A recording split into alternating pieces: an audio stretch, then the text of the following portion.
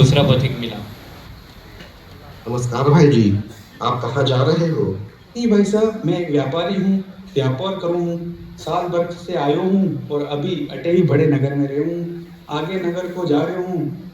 और आप बताओ, आप कहीं भाई साहब, आप लोग क्या हाल चाल है? कटे रहो, काय करो? अरे भाई साहब, मैं भी एक छोटा मोटा व्यापारी हूँ। वस्त्रों का व्यापार करता हूँ। घर से निकले हुए बरस हो गया है। आप बताओ, आप कहाँ रहते हो और कौन सा व्यापार करते हो आप? कहीं नहीं भाई साहब, मैं भी रकमा गहना और आभूषणों को व्यापार करूँ हूँ और बड़े ही पाली को रेवा वाला हूँ। अरे वाह भाई साहब, तब तो आपने अच्छा खासा धन अर्जित कर लिया होगा। अरे कहीं नहीं भाई साहब, बस छोटो सा व्यापार करूँ हूँ। दाल रोटी चल रही है और बच्चा वाले का पायल पर पेट भरूँ। वो दोनों नगर को जाने लगे। तभी उन्हें रास्ते में तीसरा पथिक मिला। नमस्कार भाई जी। आप कौन हो और कहाँ जा रहे हो?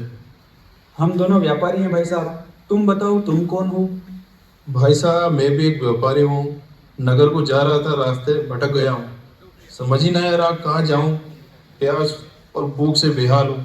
तनिक पानी तो पिलाइए। हाँ हाँ भाई साहब, ये लो पानी। पानी पीजिए आप। दोनों उसे पानी पिलाते हैं और साथ में चल देते हैं। नगर के बाहर ही उन्हें एक नमस्कार भाई जी। आप कहाँ जा रहे हो? नहीं भाई साहब, मैं एक व्यापारी हूँ। व्यापार करूँ हूँ। साल भर से आयो हूँ और अभी अटे ही बड़े नगर में रहूँ हूँ। आगे नगर को जा रही हूँ। और आप बताओ, आप कहीं भाई साहब, आप लोग क्या हाल चाल है? कटे रहो, काय करो? अरे भाई साहब, मैं भी एक छोटा मोटा व्यापारी हूँ। वस्त्रों का व्यापार करता हूँ। घर से निकले हुए बरस हो गया है। आप बताओ, आप कहाँ रहते हो और कौन सा व्यापार करते हो आप? कहीं नहीं भाई साहब, मैं भी रकमा गहना और आभूषणों को व्यापार करूँ हूँ और बड़े ही पाली को रेवा वाला हूँ। अरे वाह भाई साहब, तब तो आपने अच्छा खासा धन अर्जित कर लिया होगा। अरे कहीं नहीं भाई साहब, बस छोटो सा व्यापार करूँ हूँ। दाल रोटी चल रही है और बच्चा वाले का पायल पर पेट भरूँ। वो दोनों नगर को जाने लगे। तभी उन्हें रास्ते में तीसरा पथिक मिला। नमस्कार भाई जी। आप कौन हो और कहाँ जा रहे हो? हम दोनों व्यापारी हैं भाई साहब। तुम बताओ, तुम कौन हो? भाई साहब, मैं भी एक व्यापारी हूँ। नगर को जा रहा था, रास्ते भटक गया हूँ। समझ ही नहीं आ रहा कहाँ जाऊँ। प्यास और भूख से बेहाल हूँ। तनिक पानी तो पिलाइए। हाँ हाँ भाई साहब, ये लो पानी। पानी पीजिए आप। दोनों उसे पानी पिलाते हैं और साथ में चल देते हैं। नगर के बाहर ही उन्हें एक कोठरी दिखाई देती है और वो बात करने लगते हैं। अरे भाई जी, वो देखिए सामने कुटिया नजर आ रही है। चलिए वहीं जाके विश्राम किया जाए। और अगर हो सके तो थोड़ा भोजन पानी की व्यवस्था भी हो जाएगी, तो आनंद ही आ जाएगा। चलो चलिए चलते हैं। नमस्कार, प्रणाम भाई जी। धोख देऊँ था के पेटियों आयो हूँ और था कंजूर वे चुकिया हाँ। अगर थोड़ी देर माथा गट रुक जाता और आराम कर लेता और वे सके तो कोई रोटी पानी को जुगाड़ भी जातो तो मज़ो ही जातो। ठीक है बच्चों, तुम सब बैठो, मैं भोजन तैयार करती हूँ। अच्छा माता जी, हम नहा के आते हैं पास के तालाब में।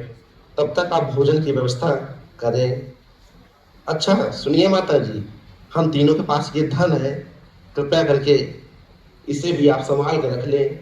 अच्छा सुनिए, जब हम तीनों साथ में आके आपसे धन मांगेंगे, तभी आप हमें तीनों को साथ में आने पर धन दे दीजिएगा।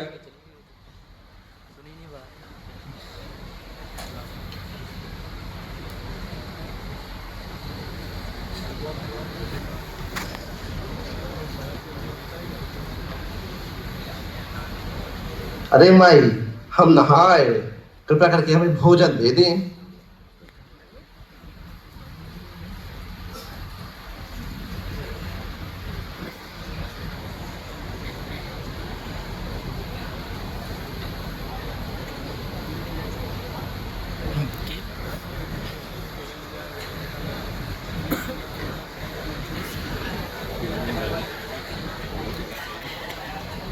साथ में कांदा होता तो मजा आ जाता। भाई साहब, क्या कहते हो? हाँ हाँ, कांदा होना चाहिए। जाओ ले आओ जाके। हाँ भाई साहब, मैं तो था क्यों। अब मैं इतनी दूर मारो नहीं चालने आवे, थाई जाओ और थाई ले आओ।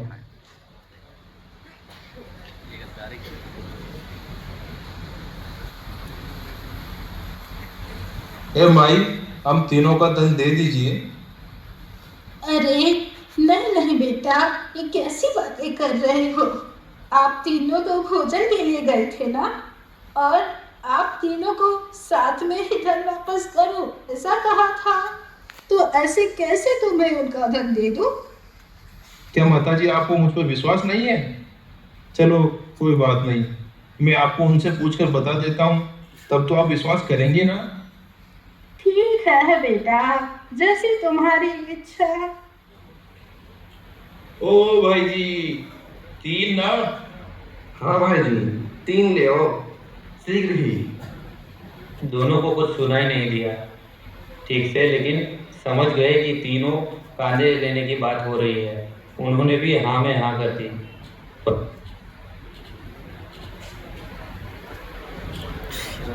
प्रतीक ने तीनों धन की पोटली ली और अपने खीसे में बांध ली। साथ ही माता सोने चली गई। अरे माई, एक कांदा भी ले लूं क्या? अरे बेटा, मेरी पूरी हड्डियों में अब जान नहीं बची है, तुम्हें लेना कैसे?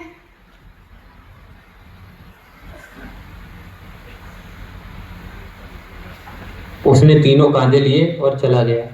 तीनों पथिकों ने बैठकर सहप्रेम भोजन किया और बोले, भाई साहब, मज़ा आ गया, मन प्रसन्न हो गया ये भोजन ग्रहण करके। थोड़ा विश्राम किया जाए अब, अभी बड़ी धूप है, इसके बाद ही नगर को चलेंगे। अरे भाई जी, मैं अपने घरवाले के लिए कुछ खरीदना चाह रहा था। सुना है यहाँ चूड़ियाँ बड़ी अच्छी मिलती है, जाकर ले आता हूँ, अन्यथा बाद में समय नहीं मिलेगा।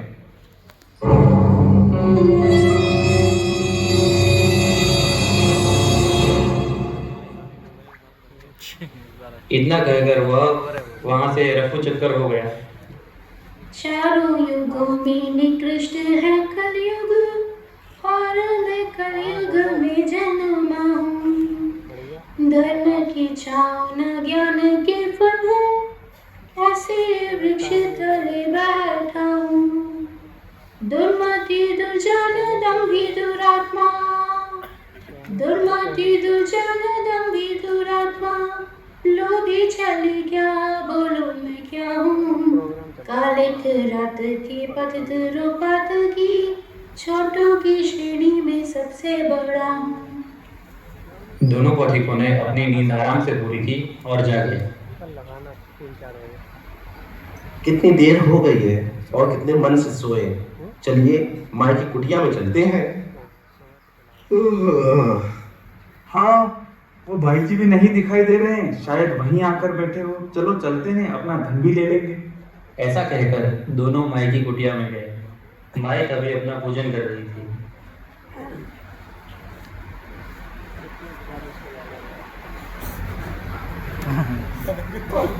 अरे माई, वो भाई जी कहाँ है? हम सोच रहे थे कि समय बहुत हो गया है और चल के अपना धन ले लें। कैसा धन बेटा? वो तो तुम्हारा साथी ले गया ना। अरे नहीं माई, कैसी बात कर रहे हो? हम तीनों ने कहा था कि जब तक हम तीनों साथ में ना आए तब तक किसी को कोई भी धन नहीं देना है आपको। अरे बेटा, तुम्हारा ही साथी था, तुमने इशारा किया था तीनों का धन दे दो, तो मैंने दे ही दिया। हैं?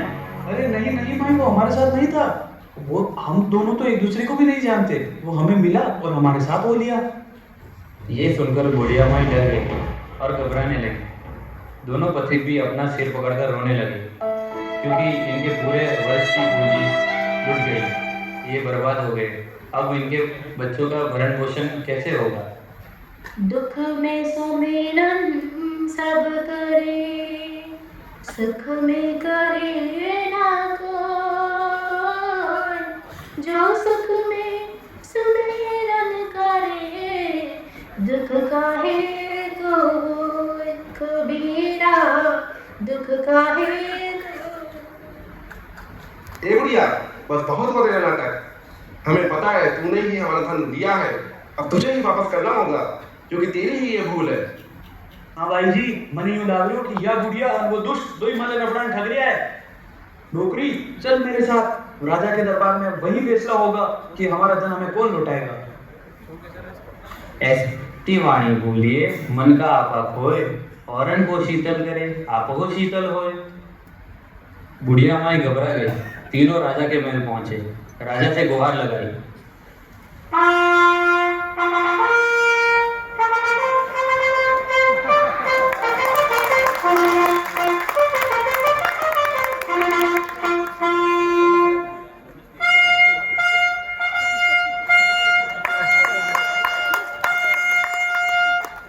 हे राजन, मारो सब लूट लूट गए हो, हम तो बर्बाद हो गए। अब मैं क्या करूँ?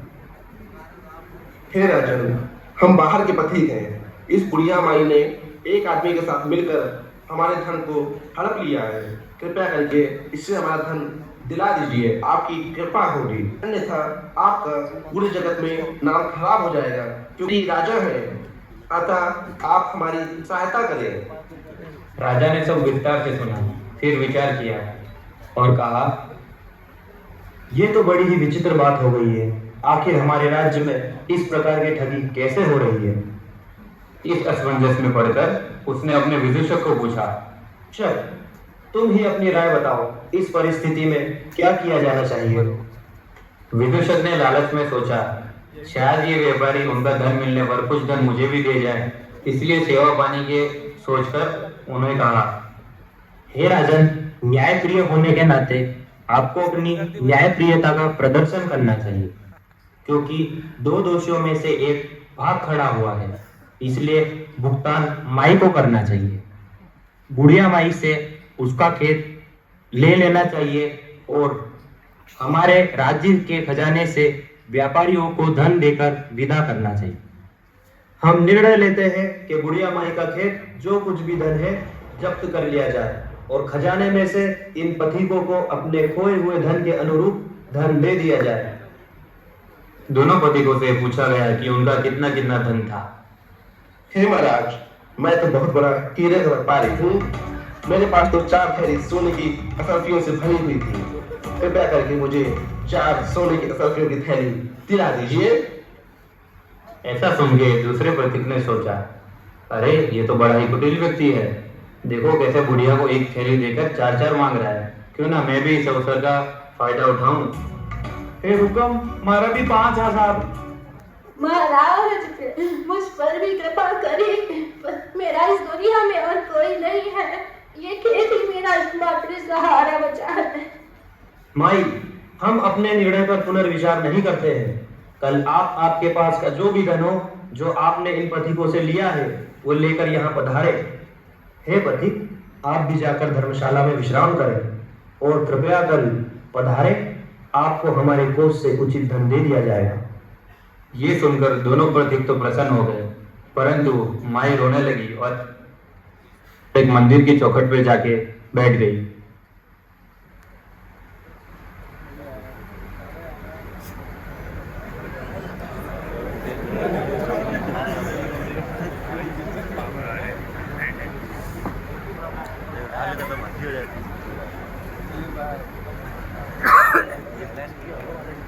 हे महादेव, मेरे जीवन में इतने कष्ट क्यों लिखे हैं?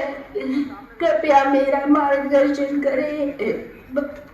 अरे माई, आप यहाँ इतना दुखी क्यों बैठी हो? क्या हुआ आपको? उसने माई से सारी बातें सुनी और उन्हें दंडक बनाने लगा। तभी दूसरी ओर राजा, जो नगर भ्रमण करने निकले थे, वो आए और उन्होंने पंडित की बात सुनी। हे माता, यह तो आपके साथ बहुत अन्याय हुआ है। राजा की मति भ्रमित हो गई है। वह अपने सेवकों के लालच को अभी भी नहीं जानते। उनके सेवक लालच में कुछ भी कर सकते हैं। विदूषक ने भी लालच में उन व्यापारियों से मिलकर आपको इस दलदल में धकेला है। यह बहुत गलत है। मेरे समक्ष यह न्याय नहीं, अन्याय है। राजा की छवि इस प्रकार खराब होती जाएगी। ये सुनकर राजा विचलित हो गया और अपने असली रूप में आकर बोले, हे ब्राह्मण देवता, मैं इस राज्य का राजा हूँ और भेष बदलकर अपने राज्य की खबर लेने निकला था। हम चाहते हैं कि सभी के साथ सही न्याय हो और हमारी पूरी जनता प्रसन्न रहे, लेकिन तुम्हारे ये शब्द हमें आहत कर रहे हैं। अगर तुम्हें लगता है कि तुम सही न्याय कर सकते हो और हमने अन्याय किया है, तो कृपा करके कल सभा में पधारिए और सही न्याय करके दिखाएं।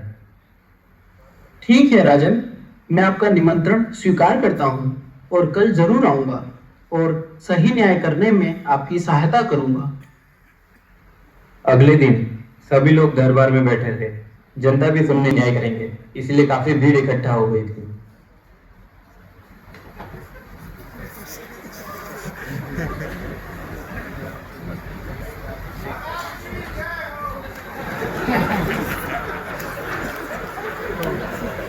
जाति न पूछो साधु की, पूछ लीजिए ज्ञान। मोल करो तलवार का, पड़े रहने दो म्यान। राजन, गुरुजन, प्रजाजन, इस सभा में उपस्थित समस्त गण मेरा नमस्कार स्वीकार करें। आज हम यहाँ जिस समस्या को सुलझाने आए हैं उसे पहले समझ लेना उचित होगा। अतः व्यापारी भाई और माई, कृपया अपना सारा वृत्तांत विस्तार से बताइए। दोनों पथिकों ने सारा वृतांत विस्तार से बताया। हे माई, इन पथिकों द्वारा क्या कहा गया था? बेटा, इन्होंने कहा था कि जब ये तीनों साथ आए तभी इन्हें इनका धन वापस दिया जाए। तो माई, क्या आपने इन दोनों पथिकों को धन वापस दिया? नहीं बेटा। तो राजन, हो गया फैसला। जैसा कि पथिक भाइयों, आप लोगों ने धन वापसी की शर्तें रखी थी, आप तीनों साथ आइए और माई से धन ले जाइए। ऐसा सुनकर राजा बहुत प्रसन्न हुआ। विदूषक हक्का बक्का रह गया। समस्त जनता में आपस में बातचीत होने लगी और सभी ने पंडित की चतुराई की प्रशंसा की। दोनों पथिक अचंभित रह गए और कहा, ये कैसी बात हुई? जब वो तीसरा पथिक हमारे साथ है ही नहीं तो हम उसे कैसे लाएंगे? हाँ हाँ महाराज, कैसे ढूंढ कर लाए हम उसे? जब आपने ये धन माता को दिया था तो यही शर्त रखी थी कि जब तीनों साथ होंगे तभी धन आपको लौटाएंगे। तो कृपया करें और जब तीनों साथ आएंगे तभी माता या राजा आपको धन देंगे। तो जाइए और अपने तीसरे पति को ले आइए। महाराज, ये तो अन्याय है। ये राहगीरों के साथ गलत हो रहा है। राजा की न्यायप्रियता को बहुत ही ठेस पहुंचेगी। महाराज, ये तो अन्याय है। हे पथिक, आप अपनी हद से आगे बढ़ रहे हो। पंडित जी ने एकदम सही न्याय किया है। जब आप दोनों मित्र अपने तीसरे मित्र के साथ आओ तो धन ले जाना, यही एकदम सही न्याय है। आखिर आप इतने लालची, धूर्त और धोखा देने वाले लोग हो। इस दुस्साहस के लिए आप दोनों को 2 दिवस की काल कोठरी की सजा सुनाई जाती है। तो दोस्तों, इससे हमें ये सीख मिलती है कि लालच बुरी बला है, क्योंकि अगर पथिक अपना